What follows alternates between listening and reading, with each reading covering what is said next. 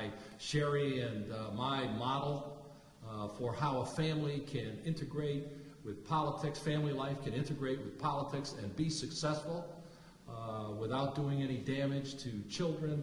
The McCarthys have always given Sherry and I confidence that we could deal with all of the stresses and pressures on family life that inevitably come when you are in the public.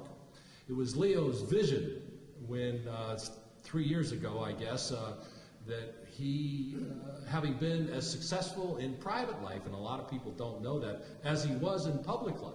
When he retired from the Lieutenant Governor's office, he went into the private sector with the same kind of commitment and dedication that he gave to the public for, almost 30 years, and in a very short time became very successful in the business world and decided to give back what he had earned so quickly in the Silicon Valley and other places back to the university through the establishment of this institute, as well as the foundation that he has for his family for children.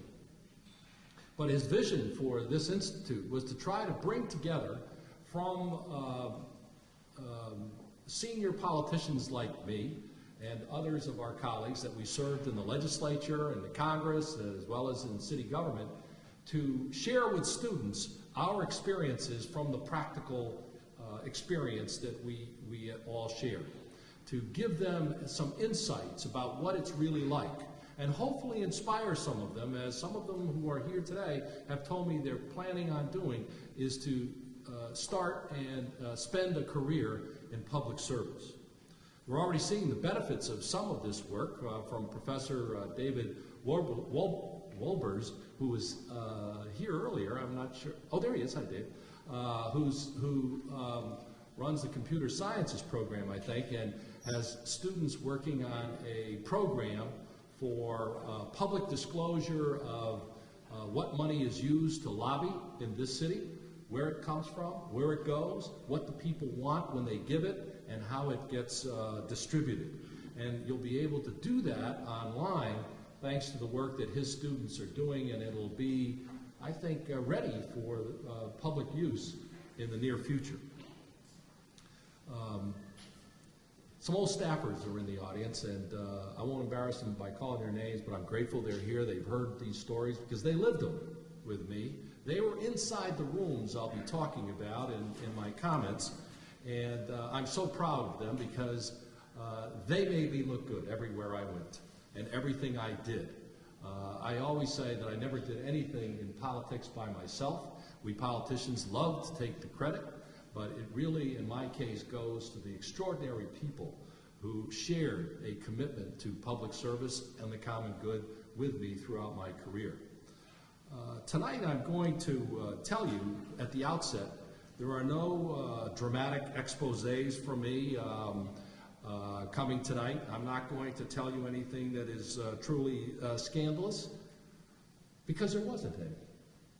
I'm truly proud that in my 4 years as mayor, which is what I'm accountable for tonight, there wasn't one single alleged or accusatory accusation for corruption or any kind of illegal doings, and I'm very proud of that. There were no Jack Abramoffs or Duke Cunninghams or Bob Nays or any of that in our city during that time, and frankly, I don't think there's ever been in modern times. But I'm proud of my administration.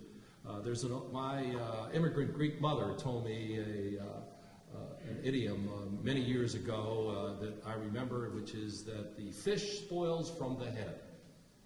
And what that means is that it starts at the top with the kind of tone that is set by the chief executive throughout his or her administration that says that the standard is one of zero tolerance for any of the kinds of issues that can lead to corruption or unethical or immoral behavior. And I'm proud that we had the kind of people that hundreds of people that worked with me and as commissioners as well as staffers who adhered to that standard.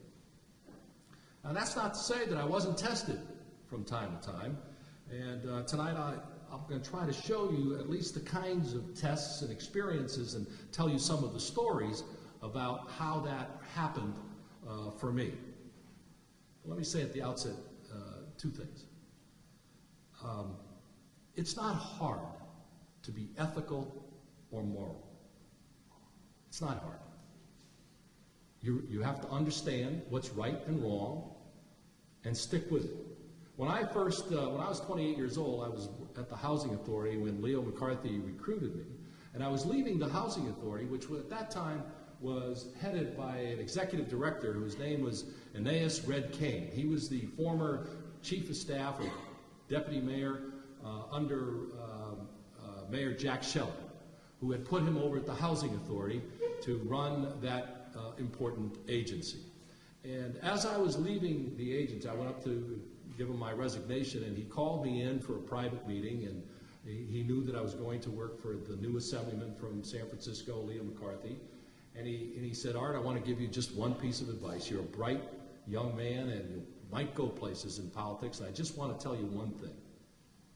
And I waited, and he said, don't ever take bad money. And I really didn't understand what that meant for sure. And I said, well, how am I going to know when money is bad? And he says, you always know. You always know when it's bad. Now that was when I was 28. I'm 68 now, and you know what? He was right. You do know when it's bad, and you don't ever get close to it when you sense it. Now, ethics is not, in my view, only about rules and laws. It's about a set of values that goes way beyond what a law can set in place or rules can enforce. Certainly we need laws and we need rules that set some limits on the extent of abuses, but they're not going to deliver what we expect in ethical leadership or an ethical governance. Recently here at USF, we had a former colleague of mine in the State Assembly who came to speak with the students about his experience, which was consistent with the mission of the Institute, which is, by the way, I neglected to acknowledge him at the outset, so brilliantly led over the last 2 years by Patrick Murphy, who understands what our vision is and is making that happen on a daily basis as the executive director and his able staff. But our speaker, a couple of, about a month ago now, maybe a little less, it was former Assemblyman Pat Nolan. Now, Pat was a up-and-coming superstar in the Republican Party. Not that it's just that party, but it's Pat's story that he came to tell here at the McCarthy Institute. He was a USC lawyer, came up and immediately rose through the ranks to become the Republican leader in the House, and was competing vigorously with then Speaker Willie Brown to try to create what both parties create, which is a majority in the House to take control. And in the process of that competition, in the process of doing that, he got caught up in an FBI sting that led to him being imprisoned for 3 years for corruption.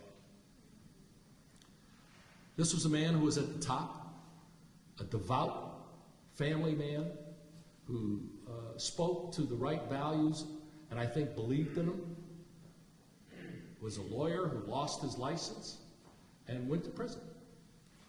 And it was there that he found, rediscovered his faith and thought a lot about what he had experienced and what he did. And today he goes around and lectures on morality and ethics and prison reform as part of a prison ministry, and he was here. And I tell you all that because he put it in a slightly different way about what Red Kane told me a long time ago. He said, in your heart, there is good and evil. And there's a line there. And whenever you get close to evil, your heart will sense that line, and you should never, ever cross it. That's how he put it. For me, the mayor's job was the hardest work I ever did.